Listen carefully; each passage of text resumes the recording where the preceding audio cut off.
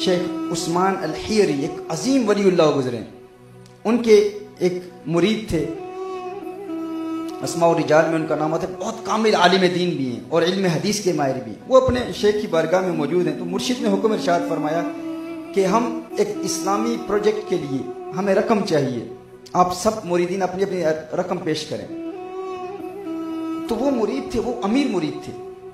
بڑی دولت تھی، ان ایام میں ان کے پاس بہت دولت تھی، تو وہ ایک تھیلی سونے کی بھر کر اپنے پیر کی بارگاہ میں پیش کرتے ہیں، مرشد کی بارگاہ میں پیش کرتے ہیں کہ یہ نذرانہ ہے، اس دین کے کام کے لیے آپ قبول فرمائیں۔ جو ہی وہ پیش کرتے ہیں تو باقی سارے مریدین جو وہاں بیٹھے ہیں انہوں نے نعرے لگانا شروع کر دیے، سبحان اللہ، ماشاء اللہ، شیخ عثمان الحیری کا اتنا بڑا مرید، دیکھو اللہ نے دولت دی ہے، اللہ نے نوازا ہے، لیکن یہ لالچی نہیں ہے، یہ اللہ کی خاطر دینے والا ہے۔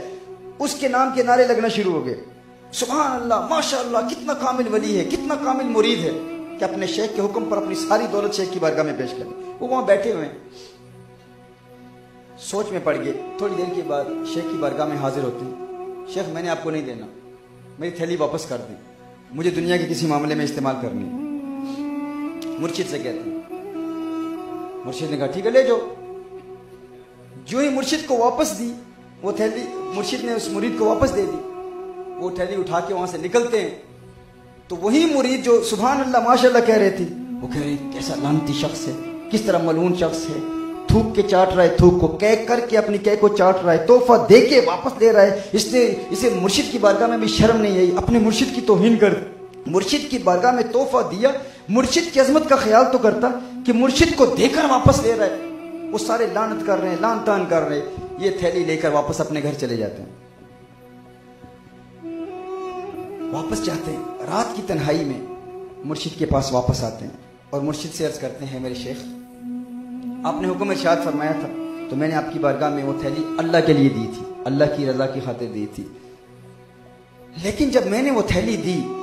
وہ سونا آپ کو سارا دیا تو فوراً میرا نفس بیدار ہوا جب لوگوں نے نعرے لگانا شروع کر دیے،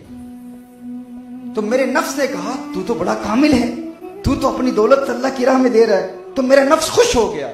تو میں نے اپنے نفس کو خوش کرنے کے لیے وہ رقم نہیں دی تھی، میں نے تو اللہ کی رضا کے لیے دی تھی، لیکن جو ہی میرا نفس خوش ہوا تو میرے دل میں یہ وسوسہ پیدا ہوا اگر نفس خوش ہو گیا تو میرا ایمان برباد ہو جائے گا، میرا مقصد آپ کے ہاتھ پر بیعت کرنے کا یہی تھا کہ میں اپنے نفس کو ختم کروں، لیکن اس سے تو نفس کو زندگی مل رہی ہے میرے شیخ میں آپ کی بارگاہ میں یہ تھیلی پیش کرتا ہوں، لیکن میری آپ سے یہ التجا ہے، میری آپ سے ایک تمنا ہے، یہ آرزو ہے، یہ خواہش ہے کہ یہ راز فاش نہ کیجیے گا، اب لوگ جو مجھ پر لعنت بھیج رہے ہیں میں چاہتا ہوں کہ میرے نفس کو اس لعنت کے ذریعے میں ختم کروں، پوری زندگی اس راز کو فاش نہ کیجیے گا، یہ تھیلی آپ کے لیے ہے، لیکن چونکہ میں اللہ کی رضا کے لیے دینا چاہتا تھا یہ سارا سونا، لیکن وہ دیا اللہ کی رضا کے لیے تھا، وہ نفس کی خوشی کا باعث بن گیا، لیکن شیخ اب رات کی تنہائی میں آپ کی بارگاہ میں پیش کرتا ہوں۔ اب ہوا کیا، شیخ بھی کامل تھے، شیخ عثمان الحیری صاحب